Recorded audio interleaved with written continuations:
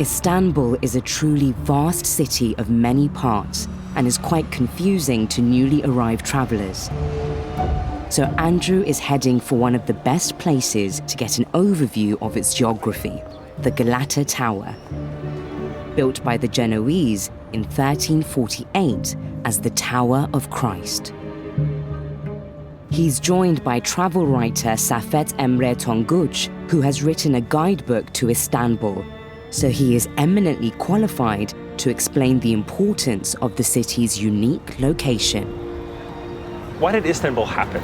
What is the history of this place? Well, the history is quite old. It has a history of 8,500 years, and people have been living here during the Neolithic times. But then Constantine built this city as the new capital city of Roman Empire. So the other name for Istanbul is Nova Roma, the new Rome.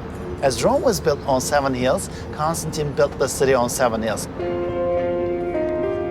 When you're looking at the old city of Istanbul, you can identify the 7 hills because there are 7 mosques. Exactly. So wherever there's a giant mosque, that's one of the first 7 hills where Istanbul started. Exactly.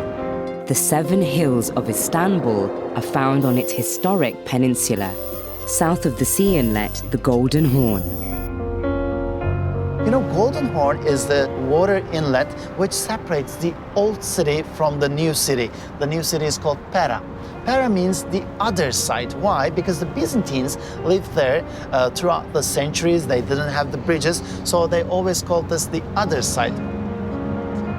It's this massive city. Everywhere we look, the city just continues on infinitely. Exactly. But there's also these little villages and neighborhoods and communities. It functions as a whole, but it also functions in parts.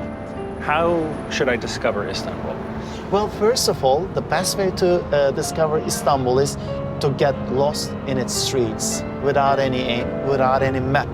Believe me, the roads will lead you to incredible places and you will discover how magical this city is.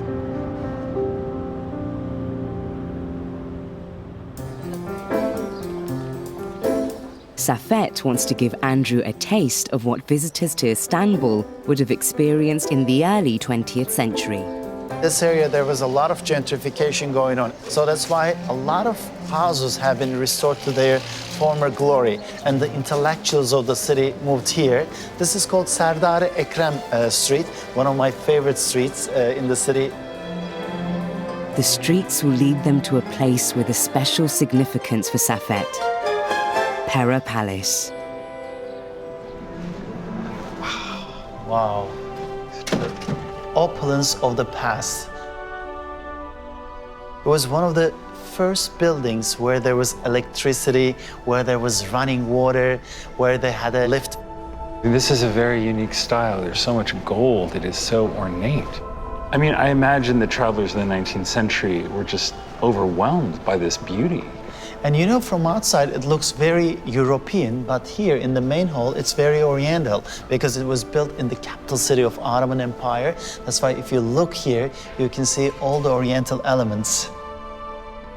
This room has that feeling of that era, this golden era of travel when young people were coming on the grand tour, nobility, the elite, and I can just imagine them sitting here writing letters home and how exotic this must have felt for them. That's right, especially the ones who came with Orient Express. You could feel the cosmopolitan atmosphere of Istanbul right here in this hotel.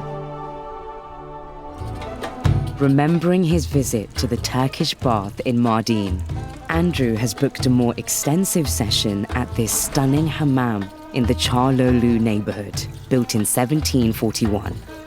Today, Masseur Khurshad is going to give Andrew the full massage treatment.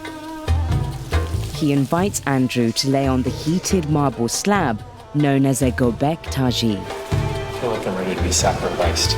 To avoid injury, he needs to relax and trust in Khurshad's skilled manipulation.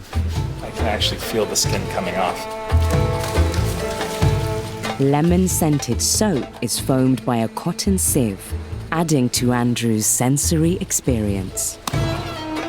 His muscles are vigorously massaged and his sinews stretched, almost to breaking point. This is like being a kid again. It's like a bubble bath for grown-ups. He's pulling my leg, literally. Khurshad hasn't finished. Relaxing Andrew. A final rinse. And heated towels complete the treatment. The experience is so intense, a period of recovery in a warm, tranquil space is advised. I feel all floaty, like a dream, like I'm levitating. Andrew's watery contemplation leads to a bigger realization.